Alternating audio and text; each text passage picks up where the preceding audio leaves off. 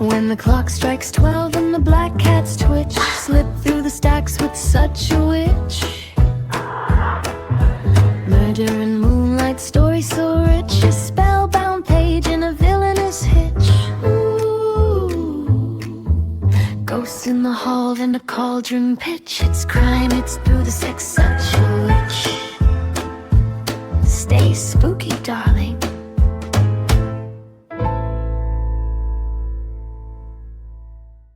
It's gone like I've got like a little box. I'm in like a little box. I'm living in a box. I'm living in a cardboard box. What's that from? I don't know. I don't know that song. How do you not know that song? Well, you clearly don't because you just went, where's that from? Don't know the origin, but I recognise the tune. There we go. Yeah, Ballocks. A load of Ballocks. A load of fucking shite. Right. It looks like my face is massive.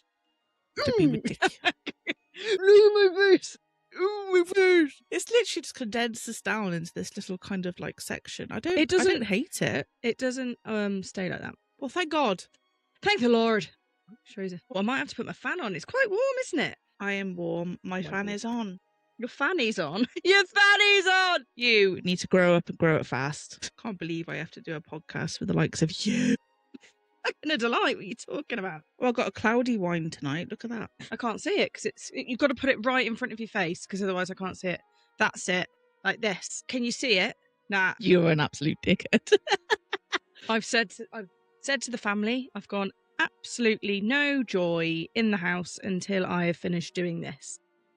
Do not do anything. Matt said, why is Alexa not working? I was like, because she hates you. And also, no joy until I'm finished. Read a book. Do some tarot. Yes, do tarot, read a book. Predict. Do a Ouija. I will kick your ass if you go on the internet. Don't touch it, please. We won't be long. Do you know what? I'm so Your hair is looking fabulous. Is it? I literally did it in 2 minutes because I put some makeup on and then I went, fuck. Lush. It's time o'clock. It's time o'clock. It's luscious. It makes me look a bit ginger in this, doesn't it? I think that colour suits you. This doesn't. This isn't actually my hair. My hair colour. I was going to say, whose hair are you wearing today? Whose skin is someone's scalp? Have you scalped? And I'm wearing today. This isn't even my head. It's someone else's. Dear God. Welcome back, you sexy witch, to Such a Witch, the podcast where we stir the cauldron of the creepy, the cursed, and the truly disturbing. And honestly, this one is intense. My name's Nat, and my co-host for this evening and every chaotic evening is Lindsay. And how are we this week, young Lindsay? I'm all right. I'm not too bad. I feel like I've just recovered from the weekend because, as you know, I went to the races and I am now 36, so it does take a couple of working days to start to feel human again. I have to admit, I was quite impressed by the fact that you did not have a hangover. It could potentially be that I was just still pissed that whole day and the next day I felt hungover, but I've had worse. I genuinely have. Yes. And you know what? My day was made because 3 separate people told me they didn't think I looked 36. They all guessed that I was in my mid to late 20s, and I was like, I love you. I mean, that's a bit of a face off. 3. That's a bit of a stretch. Are you fucking joking? They were clearly under the influence of said alcohol, but I'd say early 30s. You bitch. They were like, how old are you? 20? And I was like, I'm 36. And then they said, I said that I had children. And she was like, you've got children? I was like, yeah, I got 2. Like, how old are they? I was like, 8 and 10. Actually, take it and run with it. I'm gonna. Do you know what? It's always fabulous when someone like asks for your ID when you're buying booze in the shop. It hasn't happened to me in a fucking while, mind, but I had it in the co-op where the man went, and to be fair, I had no makeup on and I looked like a ball bag. And I was like, the man went, yeah, only just over 25. And you're thinking, fucking shut up. You are lying to my fucking face. I mean, to be fair, I kind of tend to go out looking like Adam Sandler every day, so. Well, I've still got my top on. I've been wearing all day. Let's just fucking get through this, Right, so today's episode isn't ghosts. It's not hauntings, but it is terrifying because we are diving into one of the most controversial true crime cases in modern history, that is the case of the West Memphis Three. And I have been watching stuff and I've seen things. Yeah, you see things that you literally cannot unsee, unfortunately. So yes, when we say controversial, we mean deeply divided controversial. So depending on who you ask, this is either a story of 3 guilty teenagers or one of the biggest miscarriages of justice in the American legal system. Lindsay, which way are you swaying on I this am one? very torn. I'm very torn. I've heard stories, but then I've watched that, what was it called? What's it called? I'm going to have to, I think it's the one that you were on about where you literally see everything. It's, Paradise Lost? yes, that's the one. And I mean, it's a bloody long one, isn't it? And I'm still on episode 1 and it's like 2 hours long. But yeah, I'm very torn between, I mean, we'll discuss, but I am very torn. Now, everyone's got to listen before they're listening to this because I've been slightly traumatized today. So it's a heavy, heavy case. So trigger warnings, please. As this deals What with... is this? What is this? What is this? This is trigger warning. This is a trigger warning. Trigger warning. You get sound effects. Now, this deals with multiple child unalivings. We don't say the M word anymore, apparently. Nice word. Suspected mistreatment. Was that what you got to say instead of? I don't know, but that's what I'm saying because I don't think they like the A word either. And mental health issues. So look after yourself if you're a bit of a sensitive soul, and we'll just catch you another time if this isn't your bag. But for the rest of you morbid little darlings like us, just grab your cuppa or your wine or whatever, get comfy, and maybe prepare yourself to question literally everything. Wow, I didn't realise I could make that noise. That was unnerving, right? I need you to never do that again because that kind of went to the pits of my soul. It was quite cathartic though. Oh, really? Quite enjoyed it. Try it. Go on, you give it a go. On. I ain't got the lungs, man. You have to do it. You can't leave me like this. Do it. Anyway, moving on. Leaving Lindsay in that. Leaving Lindsay in that little moment there. Anywho. So at the forefront of this case, if you don't know about it already, is it's ultimately absolutely horrific murder of 3 8-year-old boys in West Memphis, Arkansas. We literally can't say West Memphis, can we? West Memphis. My mouth won't let me. My mouth won't let me say it. So, at the forefront of this case, if you don't know about it already, is ultimately the absolutely horrific murder of 3 8-year-old boys in West Memphis, Arkansas in 1993. So, those boys' names were Michael Moore, Stevie Branch, and Christopher Byers. Oh, bless them. I know. On the 5th of May, back in 1993, so, I mean, we were 3 then. I mean, it's just mental. Yeah. Stevie, Michael, and Christopher went out playing on their bikes together, but around 7 o'clock at night, the first report was made by police by Christopher's adoptive dad, Mark Byers, that the boys were missing. Now, I don't know about you, Natalie, but I have an 8-year-old, and is there any chance in fuck my 8-year-old will be riding around at 7 o'clock at night?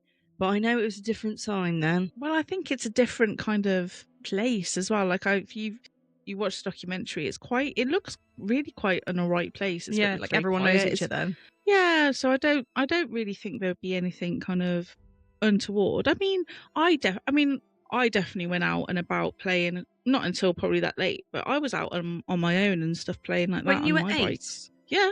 But not like in the woods. Well, there was woods up by my uncle's. Yeah, we would go there. I don't know. Maybe I did. I'm just a wild child. No, but I'm sure I played with my friend, but certainly not at 7 o'clock at night. Yeah, there you go. I'm sure I probably did play out, but I certainly wasn't out at that time. So there were some reported sightings of the boys by people that lived on the street, at the same street they did, including 3 neighbours who had seen the boys playing together at around 6:30.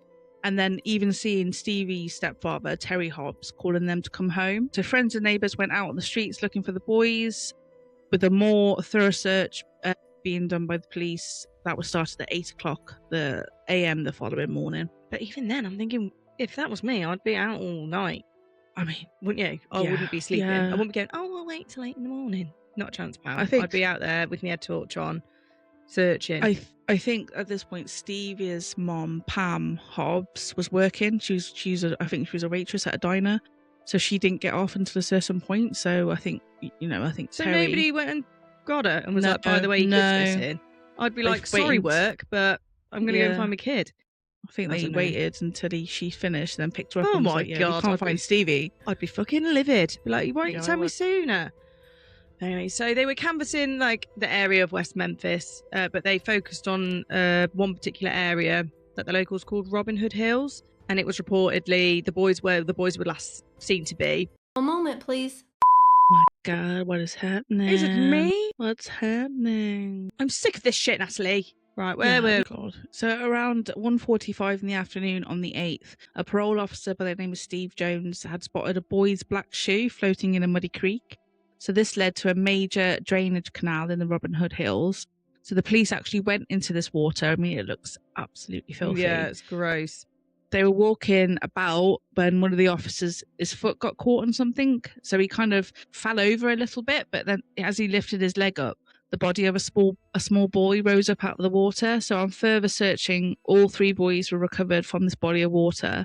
And then all 3 of them were hogtied with their own shoelaces. They were all naked and their clothing was found on the embankment. I mean, it's just fucking Honestly, horrendous. I watched that documentary and it literally shows you everything. Honestly, if you're wanting to watch this documentary and you're really quite sensitive, I mean, me and Nat have seen a dead body before. I've seen loads from nursing and whatever, but even that for us was really quite, taking back it's almost immediately as well when the documentary starts, isn't it? Starts, So yeah, you're so you like, don't actually get any because I think preparation for what you're about to see.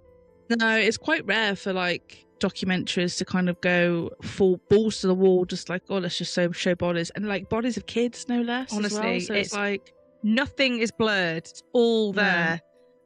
it's horrendous. Awful. We won't include the photos in this. It is really hard to comprehend, so I won't include we won't include pictures because it's. But like Lizzie said, there's pictures out there. It's all on the documentaries of the boys being pulled out the creek and then placed on the side of it. It's just a lot. So yeah, fair warning. It's Paradise Lost is one of those like intense. Sometimes, like usually, I'd watch like a documentary with the kids around. Absolutely not this. It describes everything. It shows everything.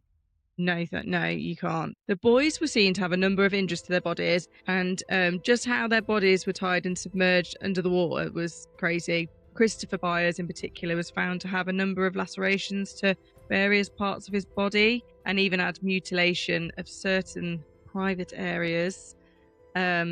Which they do discuss in detail in that Paradise Lost documentary.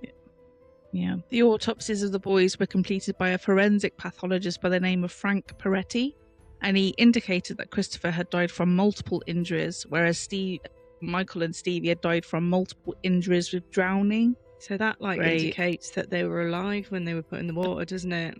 Yeah. Yeah, so the police believed that the boys were unalived at the location they were found, rather than being moved to the creek for disposal. And as you can imagine, this sent shockwave through West Memphis, not only devastating the poor families, but of like the whole area. And this is a crime scene that even shocked experienced. They haven't really seen anything like this before. It was so insanely evil, and there's no way anyone in their right mind would do something like this. So with this, obviously, fear started to spread throughout the community, which I get, because instead of looking at this awful murder and focusing on the evidence, the police got the attention of someone or something else entirely, and something that fit the grotesque nature of this crime at the time. That was the early 90s, and that was around the Satanic Panic. So early on in the investigation, the police actually regarded 2 other teenagers, Chris Morgan and Brian Holland, as potential suspects in this case, based on the fact that these 2 had previous drug offence histories. So the 2 apparently had suddenly left for California 4 days after the bodies were discovered. It does sound sus though, doesn't it? It sounds a bit dodgy. So they were arrested on the 17th of May, but both took polygraph tests, which indicated deception, but they both denied involvement in the 3 boys' murders. But there's no real evidence of the police doing any further investigations into the boys after the initial arrest. I do think they do tend to use these polygraph tests like it's like a really legit glad you said way of it. figuring it out. Because they literally, when I was doing like the research into it, I was just like, bloody hell, everyone just took a polygraph test. Everyone. Yeah, like surely somebody has figured out how to control their body enough to make it believe them. Maybe this was a new thing. And they were just like, oh my God, we can literally detect lies in everyone now. This is amazing. Let's just do it to everyone. And then we really do real police work. I really don't think it's like a legitimate way of, did they have DNA back then? It was in the 90s, you'd think, wouldn't you? I thought it was like 80s. Yeah, the 80s that the first lot of like DNA came out. Interesting. Apparently not. So there's also a very spooky sighting of a suspect that they referred to as Mr. Bojangles. Not like the song, I don't think. So apparently at 8:42 on the 5th of May, workers in a restaurant called Bojangles, located about 1 mile away from Robin Hood Hills, reported seeing a black male who seemed disorientated and was bleeding. So he came into the restaurant and went into the bathroom, but when the police arrived after the staff had called them, he was gone. So the police investigated, obviously went into the bathroom. They took some samples of blood that was found on the bathroom tiles, but then the police actually confessed to losing those blood scrapings. But get this, right? Interesting. A hair identified as belonging to a black male was later recovered from a sheet wrapped around one of the victims. Lovely. One job, and they've fucked that up, haven't they? Well done. Solid police work yet again. So following this, the police decided to question Jesse, and despite his low IQ and still being a minor, he was actually questioned alone without an appropriate adult, so no lawyer, no parent, for around 12 hours, which is just crazy. And then only 2 segments of that interview, totaling 46 minutes, was actually recorded. Like, give me a break. Suspicious. Very. So Jesse initially denies knowing anything about the murders, to having anything to do with them, but then after hours on hours of intense questioning, I think to make it just end, Jesse actually provides the police with a confession. Yeah, and like watching the documentary, he doesn't look like the smartest cookie to see. No, bless him. no. He just doesn't. So you can imagine him just going, "Okay, whatever you say." Yeah, just doesn't stand a chance. Jesse would confess to being there while the 3 boys were murdered, but it was Damien and Jason that did the murder, and Jesse had been there to catch one of the boys apparently when they tried to run away. And his confession is actually on YouTube, so you can see it, and you can just tell that he just doesn't have a clue about what he's saying. I don't think he can even even in the documentary when I it's like he doesn't actually understand like the magnitude of what's going on. Like he's there like waving and thumbs up and stuff. I'm like, pal, do you know what you're being accused of? So throughout this confession, he keeps swapping and changing the events, and it's hardly surprising because he probably doesn't actually understand any of them.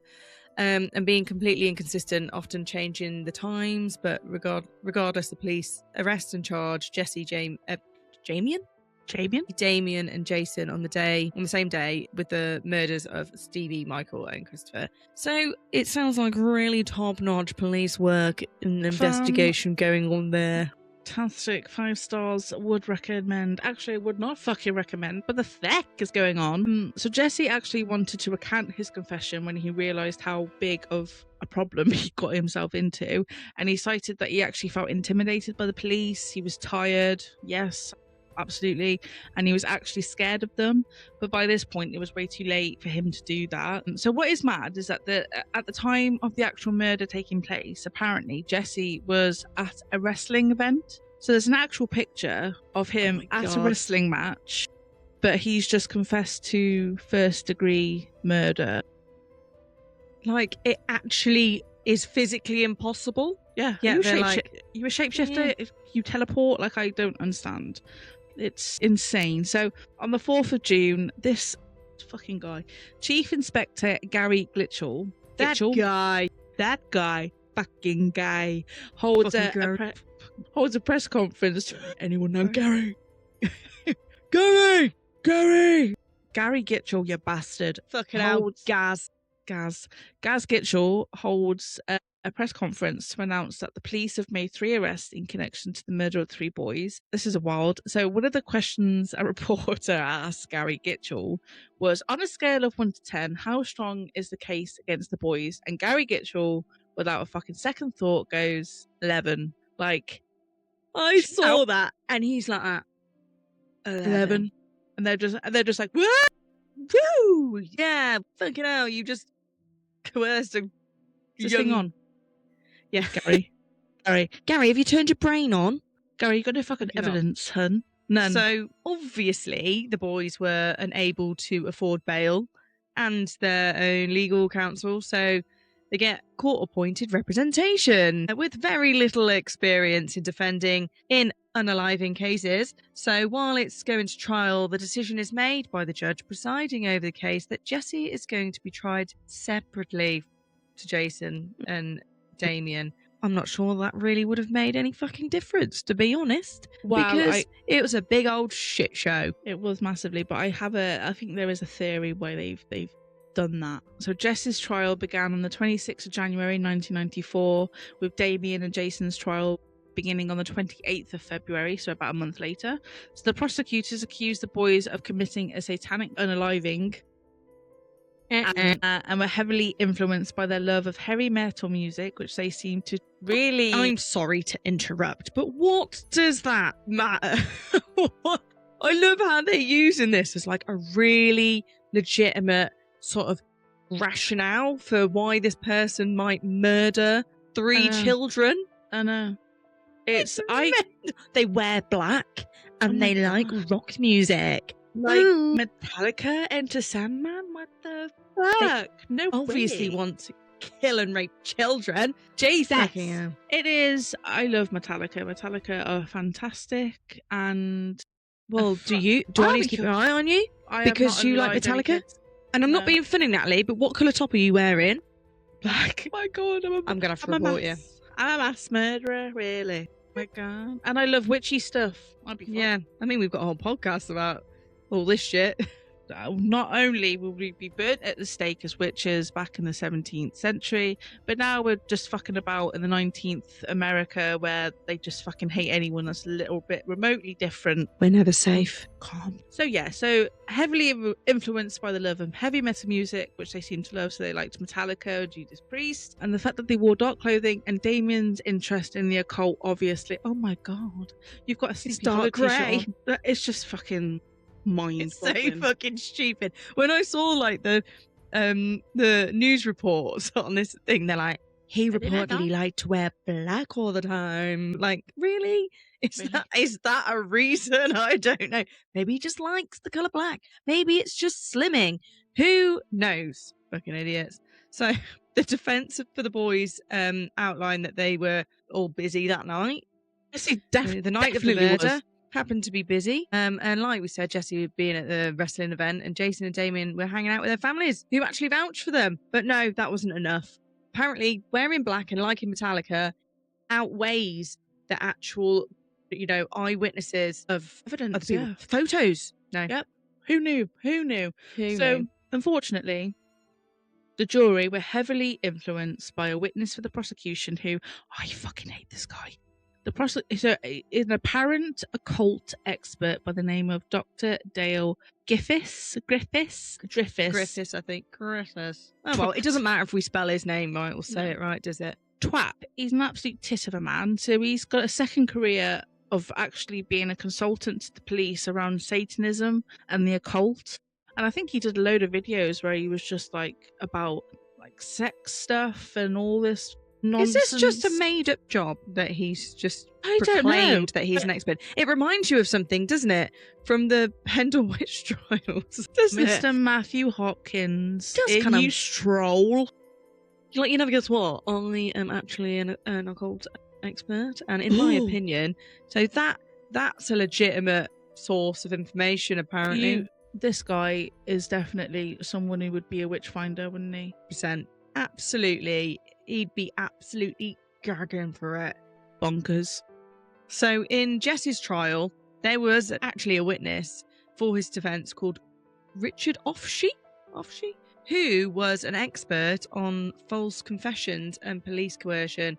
And he testified in court that Jesse's interrogation was a classic example of police coercion. I mean, but, sadly, this didn't have much of an impact because this expert apparently doesn't know anything about it. But, the one that's an expert on Satanism and the occult, top-notch witness there. Fantastic. So, unfortunately, he was found guilty of 1 account of first-degree murder and 1 account of second-degree murder, and was sentenced to life imprisonment plus 40 years, so 20 for 2 of the other boys. So Jesse flatly refuses to testify against Damien and Jason in their trial, which sounds like that's what their plan was. I think that was probably what you were aiming at, wasn't it? They were planning on this, weren't they? Definitely. I think that's why they kind of went, because they've obviously done such a good job at kind of infiltrating Jesse's kind of way of thinking, that they could go, I think the initial kind of they put forward the idea that he would get time off if he actually testified against the boys, and he was just like, nah. Even he in his mind knew it was wrong at that point. But it's like it's almost like they don't give a shit who they get, as long as they charge somebody to make it look like they've done a sterling job. The murder, like, irrespective of who it actually is and whether the right person's put behind bars. It's mental, isn't it? And you know what? This isn't the first sort of documentary or true crime case that I've heard this sort of thing happening, where they're just like, they'll just accuse whoever they think that it might be and sort of try and make the puzzle fit that story rather than actually finding proper evidence. Well, one of the more modern kind of cases they've kind of associated something like this with is obviously Brendan Dassey in Making a Murderer, because he obviously has a low IQ. He has some kind of educational difficulties, and that police they're easy interview, to manipulate, aren't they? Exactly. So it's just, come on, like, what the fuck? Yeah. But so on the 19th of March, Damien and Jason were also found guilty, shocking, on all 3 counts of murder. So there was a lot of focus on Damien's behaviour during the trial. So the media were always quick to point the camera at Damien and just see what he was doing while he was in court or coming out of court. So there were times that Damien was acting up for the camera and acting like a bit of a twat, but he's 18 and he's pissed off at the world because he's being trialed for murder. And this is a very strange situation for a teenager to be put in. Absolutely. So they just like, he looks like he has no remorse. Yeah, he doesn't help himself, probably. But he's 18 and he's being tried for murder. So Jason is sentenced to life in prison, but Damien, as the apparent ringleader of it all, was handed the death sentence. I mean, fucking hell, you've got to be really, really convinced that you've got the right person to put that sentence on somebody, haven't you? 0 evidence. It's mental, isn't it? Like, how can they be so sure that this is right when they literally, like, does it work differently in America, do you think? How they, like, trial by murder? I don't know, like in the UK, you've got to be, beyond reasonable doubt. You've got to be pretty fucking certain that this person has done this, and yet here it doesn't really seem to be the case. America, I think it's different in Los Angeles, because I think obviously Los Angeles has a lot of high profile people and things like that, but the cameras are always in the American courts, aren't they? So anyone can kind of go watch a trial on TV. All the media would have, just reporting on this trial, whereas England, they have, they've only just started introducing like cameras into the courtroom, and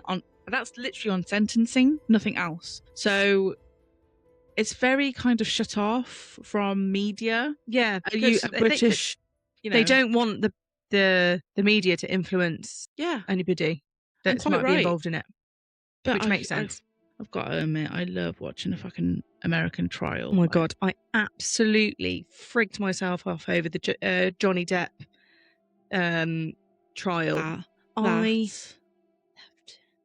I was pregnant at the time and I was just gagging. Did it make you horny? Did it get you pregnant because you were so into it? It got me pregnant. Yeah. Right. It's on. Let's do it now. I'd be like, oh my God, she's shit on the bed. Let's have it playing in the background. We were literally in the process of moving, and every time Matt came home from work, he was like, oh, you're not fucking watching this again. And I was like, I need to watch this trial. I've watched the whole trial and I've watched the documentary twice. Me too. I loved it. Cheers. Fucking hell. Oh, I loved it. So following the trial, the families are obviously going to be satisfied that justice was served for their children, but gradually there's a lot of criticism and questions that start to trickle through in the way the police conducted this investigation, including their handling of the actual crime scene. So it seems that the police made a lot of errors at the crime scene. It sounded like it from my research. Indeed. So the boys' bodies had actually been removed from the water before the coroner arrived. So they removed the boys' bodies from the water, and then 2 hours later they decided, oh yeah, we should probably ring the coroner. So the coroner hadn't even had a chance to come down and examine the scene as is with the bodies in the water and then watch them be brought out. So, you know, for a coroner to kind of determine time of death and like state of rigor mortis and everything is impossible, because the bodies actually started decomposing on the creek bank and they were exposed to sunlight and insects, which is You can clearly imagine going like, to the humidity everything there as well. Yeah, it's just going to affect everything about it. Yeah, key error. They really fucked this up, haven't they? Yep. Really well and truly. But isn't there a thought that the with the lack of evidence at the scene, the fact that there was literally no blood, despite the boys' injuries, and the actual feeling that it was the boys were then killed somewhere else and then moved to that creek and then placed in the water, and it doesn't seem like any of this was explored at all. Like, I was listening to the trial of, you know, when they were discussing this, and they were asking the pathologist or whoever it was like, you know, there would be blood, there'd be a lot of blood if this was to have happened here. Like, where would it have gone? And they said, unless everything happened in the water and it was washed away, but surely there would be remnants of this. Absolutely. And then also, if they were then murdered somewhere else and taken to, you know, this location, I mean, they were like boys themselves. They weren't, it's not like would they have been able to carry, like, where had they done it? Where had they come from? Do you know what I mean? Like, Exactly. how could this, like, if you looked at, you know, one of the lads, it was a teeny tiny dot. Like, how is he going to be carrying? He was like the, you know, Jesse basically the same were. I mean, size. none of them were kind of like stocky lads. They were all kind of like, you know, lanky and Oh, they were like teenage boys. in their teenagers, yeah. So it doesn't make any sense at all. But yeah, it's, so they just had one person in mind this whole time, like no matter what. So apparently there was a juvenile probation officer. This guy is an absolute prick. He knew about Damien, so he's had a history with Damien because, you know, and he's just disliked him. So for whatever reason, like, Damien's obviously been in trouble with nothing major, like petty stuff in his past and stuff like that. So, and he's a troubled kid. Like, I think his family upbringing was awful. So he hated Damien. So the police were speculating at the time who could have committed this. This probation officer was assisting at the scene. I don't know why, and says something along the lines of, "It looks like Damien Eccles has finally killed someone." Like, what flippant remark. Yeah, Oh, all right, well, we'll take that lead and we'll do something with it. That's fucking Like, great. really? Thank you for that. Really? Why the fuck are you here? I know. And then remember that Vicky Hutchinson? Well, Yeah. in 2003, she did an interview where she then confessed to lying under oath on the stand, and that everything she said was untrue. Well, that's a surprise, and that's just fucking great, isn't it, Vicky? Cheers for that, babe. Nice one, Vicky. Nice one. Nice That's one, just- babes.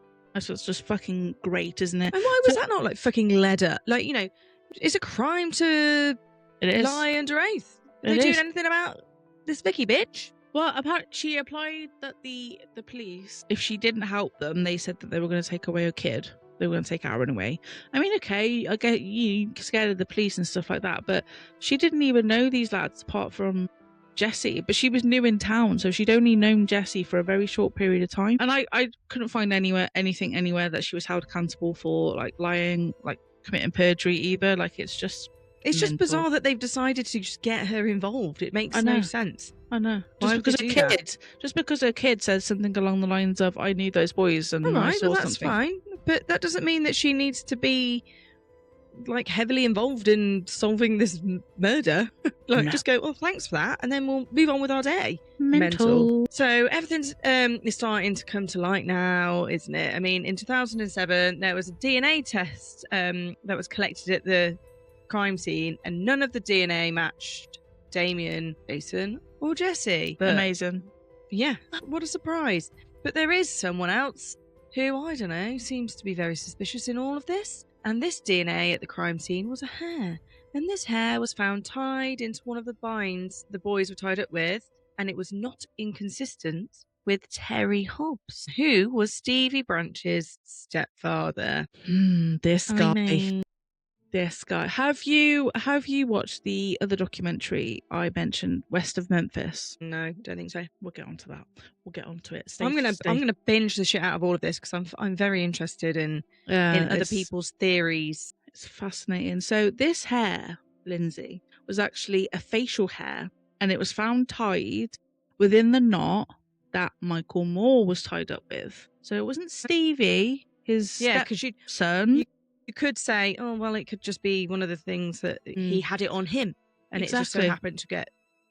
But no, it was the shoelace that was binding up Michael. So Terry Hobbs is very interesting, very intriguing. So some of the documentaries I've watched, like I've just said, there's a lot of focus on Terry Hobbs and how he was apparently quite abusive to Stevie at home, quite violent. He also mentioned that on the night Stevie and the boys went missing, Terry apparently wasn't really that bothered, and he was actually just playing guitar with his friend, like when they were missing. Strange behaviour, isn't it? Yeah. So he does have a criminal history, including, I think he had some violence, so like, assault, robbery, things like that. And apparently his own biological daughter actually has accused him of sexual abuse.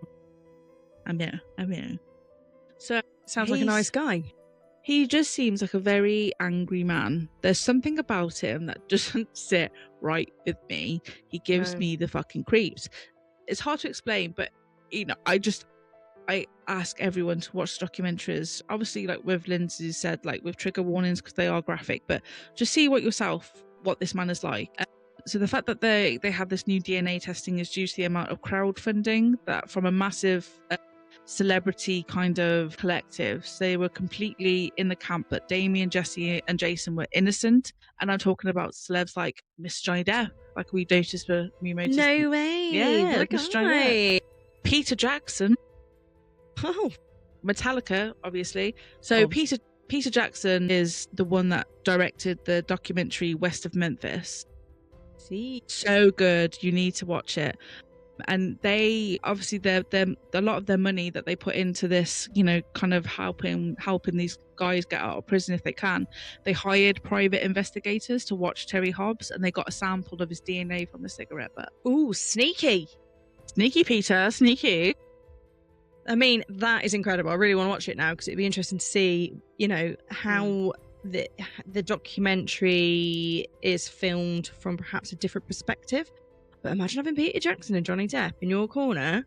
I know.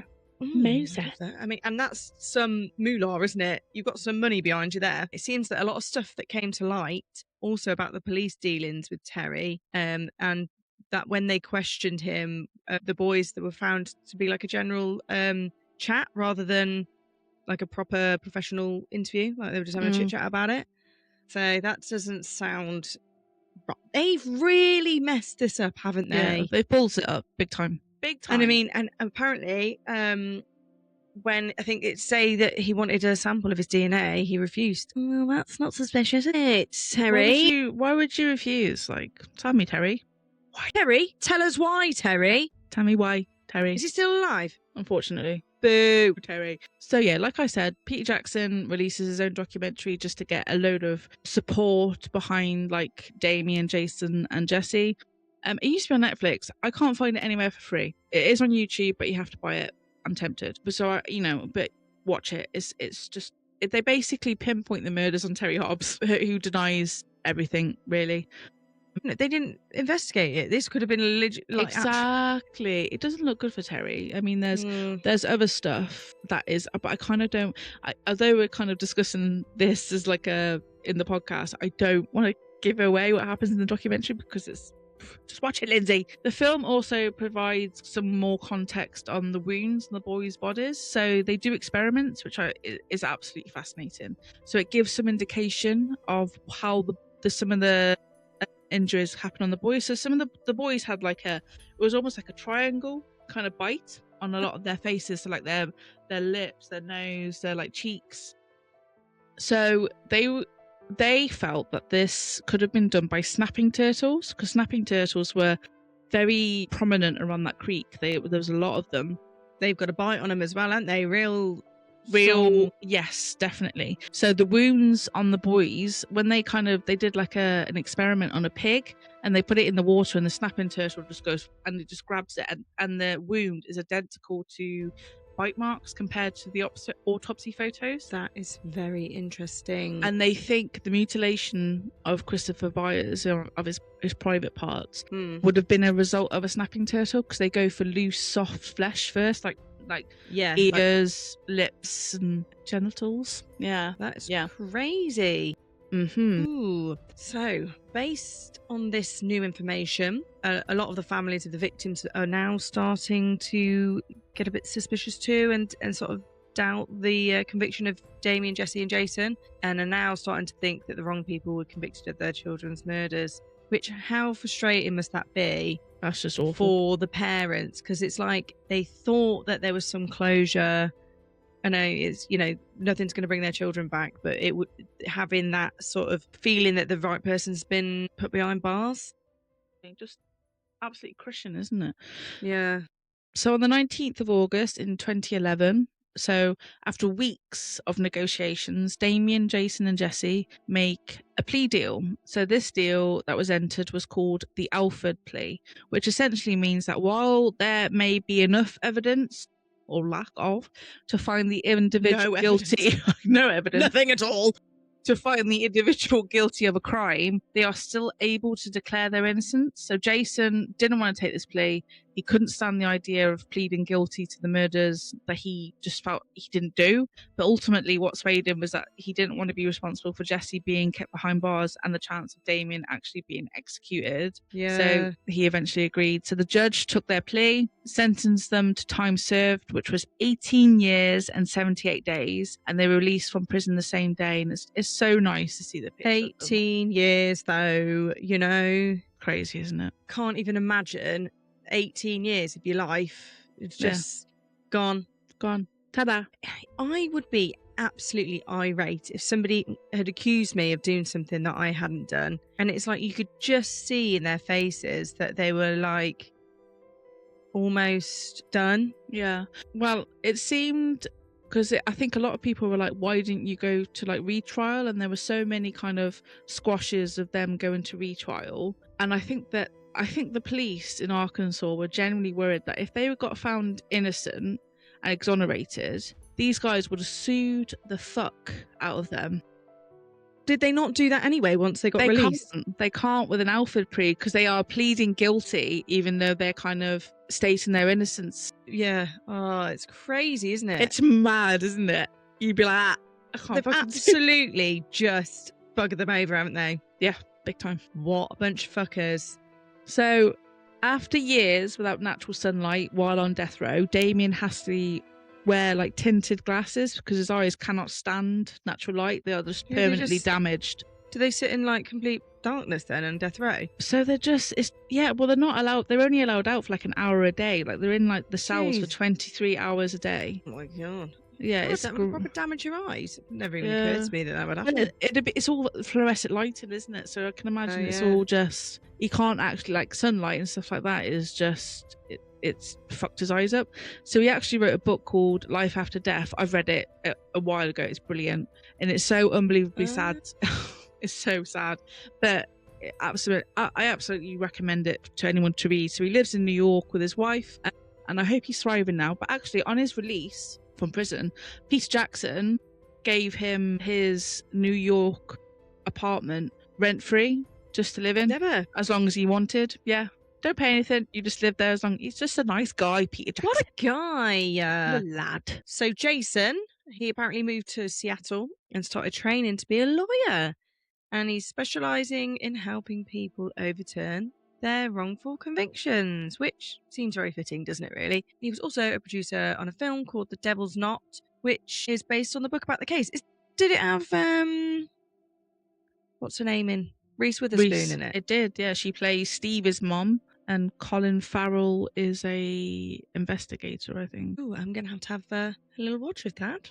I think I watched it a while ago. And then Jesse Misskelley, he went back to his hometown in Arkansas. I mean, that's brave. And he got engaged to his childhood sweetheart, which I think was lovely. So he trained to be a mechanic. But the guys continued to protest their innocence despite the Alford plea. And then as of February this year, actually, their case is ongoing as an Arkansas Supreme Court has actually put it under review, and there's some new DNA testing going on. So the guys want to be exonerated. They don't want to be guilty, but not guilty, if you know what I mean.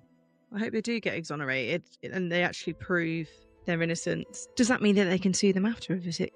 If they get like exonerated, yeah. I would sue the shit out of them if they had. Can you imagine the payout? But does that also mean that they'll find out who actually did it? Well, yeah. I mean, this is just, because it's like an unsolved murder, really, isn't it? Because they haven't done it. Well, technically, because the guys have pleaded guilty under the Alford plea, it's not an unsolved murder because they have guilty parties. But yes, technically, it is an unsolved murder. There's a fucking murderer of 3 boys that's been walking around for the last 33 years. It's disgusting, isn't it?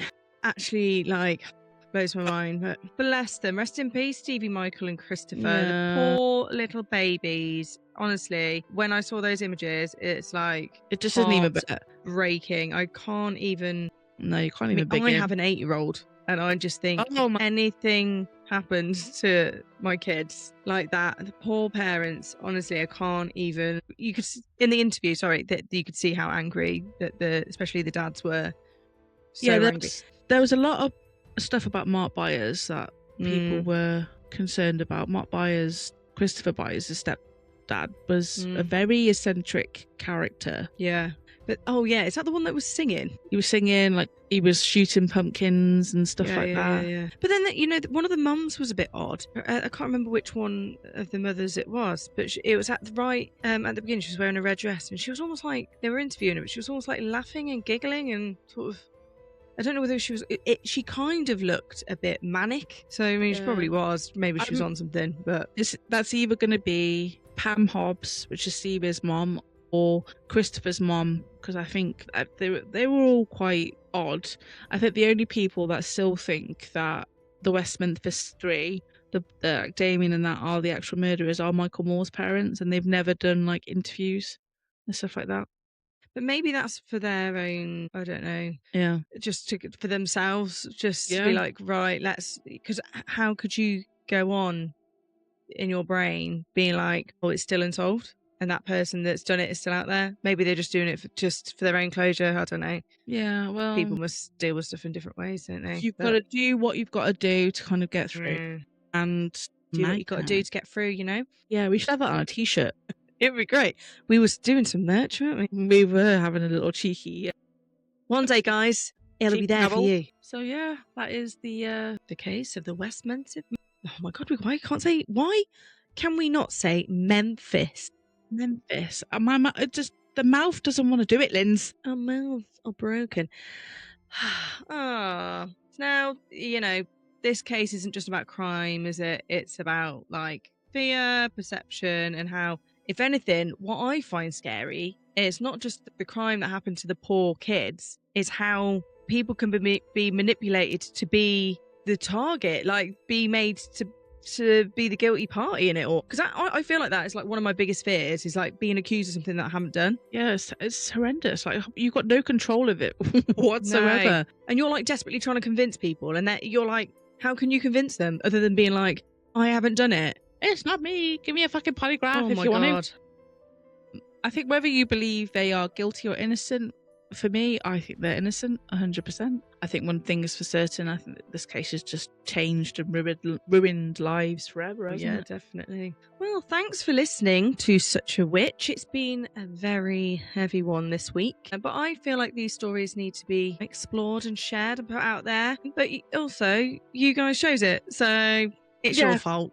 It's on you. You could have had Jack the Ripper. Bit lighter. Could have. Bit lighter, Jack the Ripper. Come on. It's been solved now, though, isn't it? Fuck it now. We'll have to cover that one time. I won't get into do it too much. Yeah. Oh, actually, yes, it has. Since when? We'll cover this when we cover Jack the Ripper. We'll cover this. It's all to do with the scarf. La la. I love that. So yeah, if you enjoyed this episode, don't forget to follow us. Please subscribe and like and share. ring that notification bell. Thank you very much. And just tell your fellow witches to join us next time for some more dark and strange stories. But until next time, stay spooky, darling. darlings. Stay spooky, darling.